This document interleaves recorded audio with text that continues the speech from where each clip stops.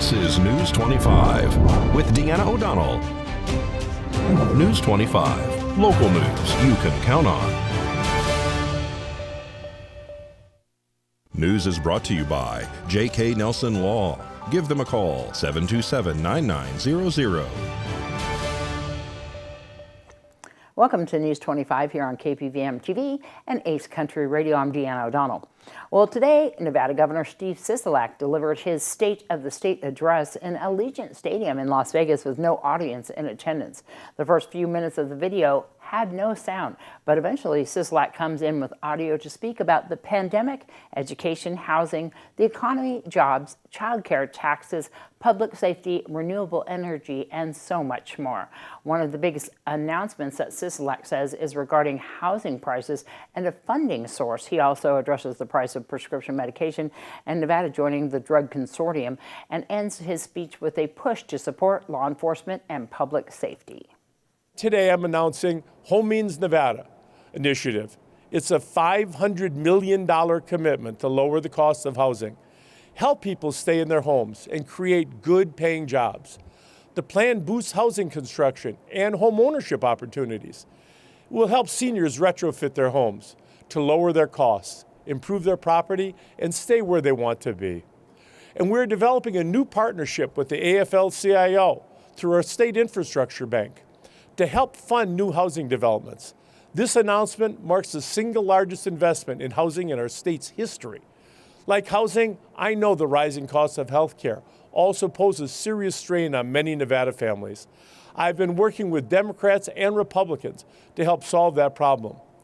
We went after insurance companies and made it illegal to deny coverage for pre-existing conditions. We were one of the first states to crack down on surprise billing by hospitals and medical providers. We took on medical debt collectors who were preying on struggling families. We helped over 100,000 Nevadans purchase affordable health insurance through the Silver State Health Exchange. And our new public health insurance option will make quality care affordable for even more Nevadans. That's real progress, but we can't let up. For instance, the cost of insulin has tripled over the last decade to nearly $300 a vial. Life-saving cancer drugs can cost hundreds of thousands of dollars per year. That's why today I'm announcing that Nevada will join the Northwest Prescription Drug Consortium, along with Oregon and Washington State. By negotiating with drug companies together, we can start holding them accountable and get costs down. We've seen crime rates rise across the country. And here at home, whether it's a 44% increase in homicides just last year in Clark County, or an increase in robberies in Reno, it's unacceptable. Here are some things we're doing to turn things around. We banned bump stocks, closed the gun show loophole, and now require common sense background checks on all gun sales. We secured nearly $12 million in federal funding to recruit more officers, prevent youth crime, and more.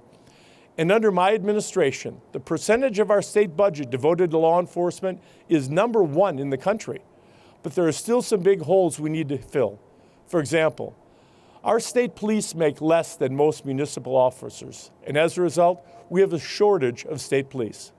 If you're someone who is interested in law enforcement career, go to dps.nv.gov because we need you. And here's my promise back.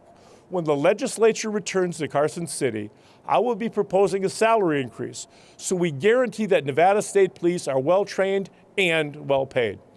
And as we work at the state level, we need our local law enforcement agencies to evaluate the crime-fighting programs that they have, while our courts and prosecutors help determine the best way to reduce crime in their communities. I have always supported increases in funding for our police to make sure they have the resources and training to protect and respect the communities they serve. As governor, I will continue to partner with anyone and everyone, Democrat, Republican, Independent, to make our communities safe and to make sure our police have the support they need. Well, the governor's entire speech with the first few minutes with no sound is available on Steve Sisolak's YouTube channel and KPVM's Facebook page. Well, Pahrump Valley Fire and Rescue crews were busy this morning for the first calls that they had of the day. It turned out to actually be not that significant. The first one was in Comstock Park this morning. There was a report of a structure fire. Pahrump Valley Fire and Rescue and Nye County Sheriff's Office deputies arrived on scene along with Nye County Sheriff's Office auxiliary units. After further investigation, they found that this was not actually a structure fire. There was a malfunctioning heater inside the home. All residents are accounted for and no injuries. The second one happened just a short time later on Patricia Avenue. This is a Connex-built home. They were smelling smoke inside this structure, and they thought that this was also a structure fire. Pahrump Valley Fire and Rescue and Nye County Sheriff's Office deputies arrived on scene. After further investigation, they found that this was an electrical issue, and they did disconnect the electricity to this home pending the arrival of an electrician to restore that electricity inside that structure. Well, a city councilman in Sparks wants to help advocate for Nevada businesses as Secretary of State. Republican Christopher Dare says his experience allows him to bring new ideas to the Secretary of State's office, and he's asking for your vote. I'm running for Secretary of State. I currently am a city councilman up north in the city of Sparks in my second term, and I'm running for our Secretary of State for the whole state. Right now, Barb Sagaski is our Secretary of State. She's termed out, and so you have an open seat, and so you have a lot of Republicans jumping in there saying, we think we have the answers, and so I want to step in. And obviously, there's been so many questions regarding voting. There's been so many difficult moments with our businesses, and a lot coming out of COVID, and so I think it's real important to have someone who can step up, step right in the front and help lead this. I teach leadership. I've done that for years. I'm a professor. My degree is in organizational leadership. And when I watch how sometimes people who are called leaders act, well, that's just not what we teach in class. I'll just tell you that. Yeah. So you're a Republican? I am. Been a Republican all my life. I remember Reagan. So when Reagan became president, he was everyone's president. He was. Even if you didn't vote for him, he was everyone's president because he knew how to lead, but he knew how to treat people. So it doesn't mean working with everybody means you lose your backbone or your foundation. It just means you respect enough people to listen and then get them there. You guide them. And so that's what we do. That's what I do up north. And I encourage people this. I currently am an elected officer. So if you go on, you Google my name, you can see all the things I'm involved with, what people say about me. I do this now. It's not something I'm going to do. I do it now. I work with a lot of your elected officials here and trying to help with some of my messaging. One is, we can get along, we can make this happen, we have to do it together. But then also so important is that we do it right. Being together is one thing, but if we're together and going down off a cliff, that's not good. So we have to do both. We have to stand up for what's right, whether it's with voting, businesses, securities fraud, it all has to be run correctly. If you think about it, who's your advocate for business at a state level? Most businesses will say we don't have one. And the reason why is that it used to be a little bit in Lieutenant Governor's office, but then it ended up going to co-eds under the governor, depending how much he does or doesn't want to do. Now, with that said, that's not right. Businesses are the lifeblood of what we do. The Secretary of State's office works with businesses all the time. So I want to be an advocate. I want to be able to hear back, like I'm working with all the chambers across the state, because I want to form an advisory group that I can say, hey, how's it on Silver Flume? How are things going? And so if something crazy happens on a state level, who's speaking up for our businesses? We didn't have anybody this last couple of years, in my mind. So that's important. I also want to do some things with some of that hopefully remove some of the red tape, really keeps us very much nimble, ready to help businesses as much as we can. Our small businesses are crucial that we get this right. Now, voting, obviously, this is a big conversation. Now, voting's a hard one, though, because Secretary of State, I'm not a lawmaker. I don't get to make law. That is something the legislators and governor get to do and be a part of. Now, with that said, my job is to be the great notary that stamps what counties did and how voting went. However, with that said, there's a lot of regulations they're coming up with. There's a lot of things we can do to help make sure people feel safer and really have that relationship with voting that's not so scary. I think what happened this last time, people have so many questions, and some of them are very fair questions that I don't think have great answers yet. And I think you need somebody up front that you'll know my face. You can say, hey, Christopher's making it happen. That guy's making it happen. And here at KPVM TV, we always allow the candidates one free interview per election cycle. So if you would like to have an interview and you're a candidate, you can email deanna@kpvm.tv. To learn more about Christopher Dare and his campaign for Secretary of State, you can go online to kdahir.com. That's kdahir.com. News 25 will return right after this. You're watching News 25, the most recognized and farthest reaching local news in Nye County. News 25, local news you can count on. This segment of the news is brought to you by Sunset Valley Pools. For quality service and supplies, call 775-513-4114. Well, this is a video at 4:30 this afternoon of what it looks like there on Highway 160 up in Mountain Springs. The road is clear. There is some snow falling on the ground. Of course, if you want to keep up to date on what is happening with the roadways, we always suggest to go to the Prump Road Commuters Report, but also we post on our KPVM Facebook page what's going on and where the snow plows are happening, what's happening as far as roadblocks, even if it's not snow related. So of course, we'll keep you up to date if there's any changes in that road today. And if you have any videos or pictures, just send them to us here at KPVM TV. You can go right onto our Facebook page and send us a message on our messenger inbox. Well, Nevada is home to many buildings and landmarks that played an important role in the women's rights movement. From the historic VNT Railroad passenger car that carried progressive ERA suffragists around the state to the Lemaire store in Battle Mountain that served as a key suffragist meeting place. These historic resources represent a significant moment in history for women seeking equal opportunities in the Silver State. Commissioned in 2020 and funded by the National Park Service, the Historic Context for Suffrage and Women's Rights in Nevada is now available online. This cultural resource guide helps identify significant locations throughout Nevada that played an integral role in women's history. Have you ever looked into your trash can and said, wow, that's really dirty? If so, a new service in Prump can make your dirty trash can look and smell like new. Brad Francis has more. Jordan Peck is part of the team at Better Bins LLC, a company with a simple mission: clean up dirty trash cans. We started up about a month ago. It's a family-owned and operated business here, cleaning trash cans, and we can actually do dumpsters as well. We can do your regular CNS cans, or we can do your household cans inside, you're in your kitchen.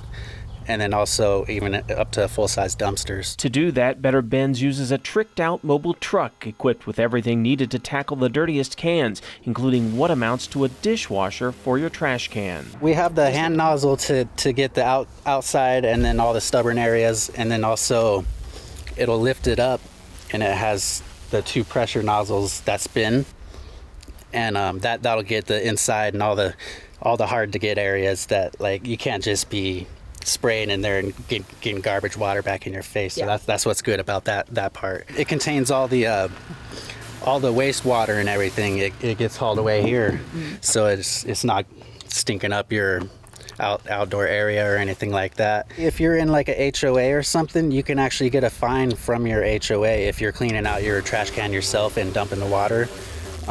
This way you can avoid any of that hassle, and it's better for the environment. We just go and dump it here at the local RV dumping station. And if you have a larger trash container, like a dumpster that needs cleaned, Better Bins can handle that too. We actually will use we have a 50-foot hose, so we can get better reach from the truck if it's in a tricky area. And we'll just bring a shop vac out and shop vac all the dirty water out of the dumpster or whatever it is we're cleaning. Peck says in addition to simply cleaning the trash can, the process helps eliminate bacteria that can cause odor. Around here, I noticed especially the odor can get really bad from trash cans, so it's a great business to have.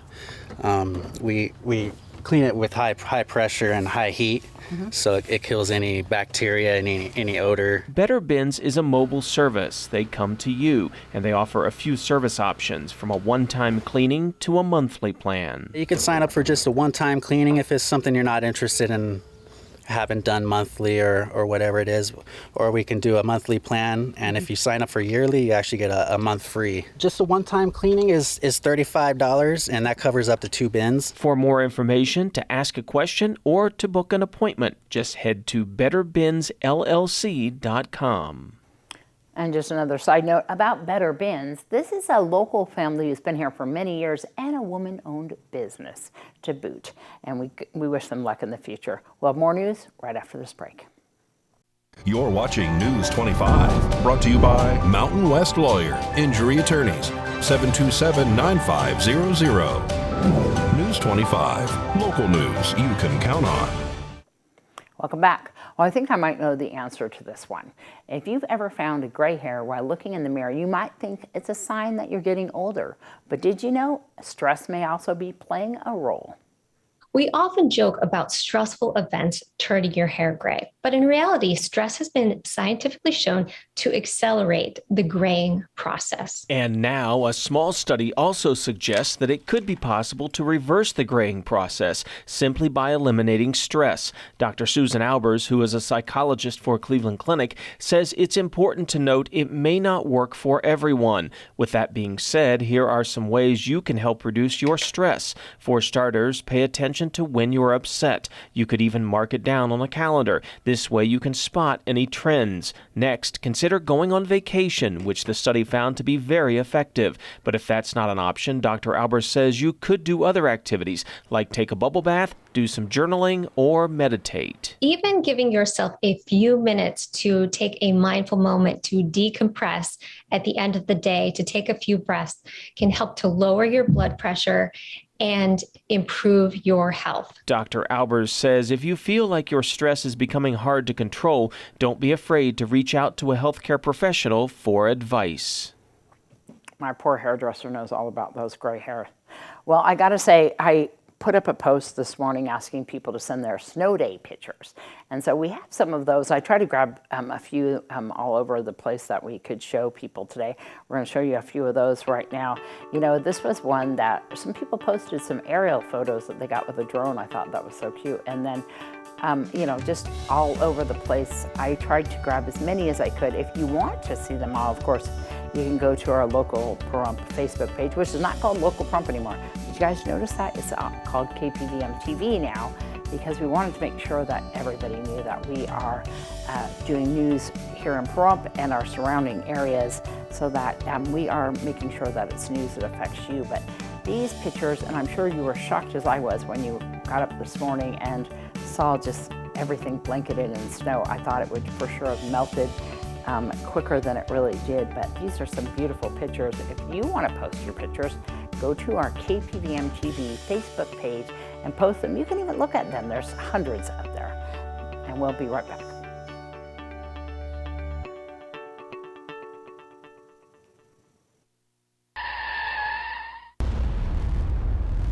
News 25 Weather Cam is brought to you by Lerner and Rowe Injury Attorney's Office in Pahrump. In a wreck, need a check? Call 702-877-1500.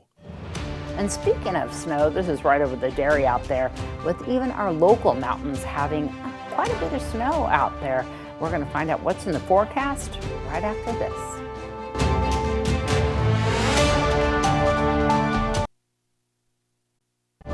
News 25 weather is brought to you by Dairy Council of Nevada. The splash of cream in your coffee, the dollop of sour cream on your burrito, the melted toasty cheese on your pizza. Undeniably delicious, undeniably dairy. Enjoy what's real. Hi, good evening, Nevada. It's John Kohler from the KPVM Channel 25 Weather Studios. I'm just crowing a little bit inside. We had that snow prediction last night. Nobody thought there'd be this much snow. Man, look at the snow. Fernley, Fallon, Carson City, Tonopah, Goldfield, all under a snow advisory until 4 p.m. today. And the temperature is just barely approaching freezing. And a lot of times not even quite getting there. Look at Beatty, 43 degrees, a little warmer there. Hammer goes up to 49. Las Vegas was our hot spot in the state today at 52-degree highs, and out to Death Valley, California, 62. Didn't feel too bad, but here in the Paradise of Pahrump, it's 45 degrees, our current temperature, and just a titch off the high today at 46. Sun rose this morning in all its glory and promise with a snowstorm to accompany it at 6:21. That's kind of fun to watch. It's setting this evening like just a couple minutes away. 5:33, and we're heading down to a low tonight of 23 degrees. Winds continue to buffet out of the north at 13 miles per hour, but it's blowing out those clouds. Don't you know that humidity at 38%? That'll figure out, it'll get drier tomorrow. Watch this. Boom! I love doing that. Sunshine next 3 days. Winds calming down quite a bit, and then let me show you the slow reveal as the temperatures creep up. 63, 71, we're up to 75, 79 degrees by Wednesday. Good golly, love that trend. And a few clouds scattered in there here and there, but nobody's talking about Rain, definitely not talking about snow again. So this is going to be a really banner week the next 7 days. Looking forward to it. Hope you're making good plans. And back to the desk. Here's Deanna. Well, we still got some really cold temps overnight there. We just have a little bit of water. Anyways, take care out there and drive safely if you're driving over the hill. And well, keep an eye on that weather and see what's happening, because it's kind of interesting. And we'll see you back here tomorrow night. I'm Deanna O'Donnell.